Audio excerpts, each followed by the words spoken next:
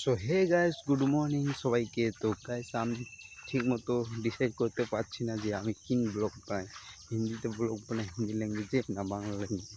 তো গাইস, ও তো কথা ছেড়ো। গাইস হচ্ছে যে গাইস মকই ক্ষেতের সময় ছিল। তো মকই ক্ষেতের সময় তো চলে গেছে, এখনও আসছে ধান ক্ষেত দেখতে পাচ্ছ। মানুষ সব ধান কাটাকাটি শুরু করে দিয়েছে। তো আমার ধানটা তো মনে হয় এখনও পাকেনি, দেখতেই পাচ্ছ।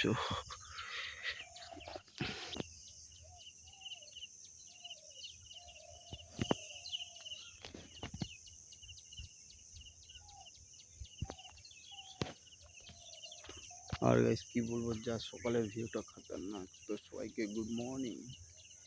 তো গাইস, আমি অনেক দিন ধরে ব্লগ ডালিনি, কারণ হচ্ছে যে ব্লগ ভাইরাল হয় না, তার জন্য ব্লগ ডালি না।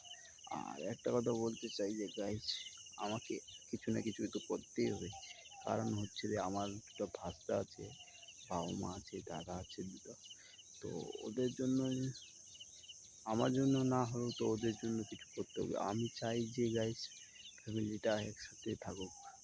আমাদের ফ্যামিলি গাইস মিলে ঝুলে আছে আমার বাবার জন্য, বা ওরা ওরা ওদের জন্য। কারণ হচ্ছে সবাই তো মিলেমিশে থাকতে ভালোবাসে। তো গাইস, একটা কথা হচ্ছে যে তোমরা নিয়ে হলে চ্যানেলটাকে সাবস্ক্রাইব করো, আমাকে একটু সাপোর্ট করো, 1000 সাবস্ক্রাইব করে দাও।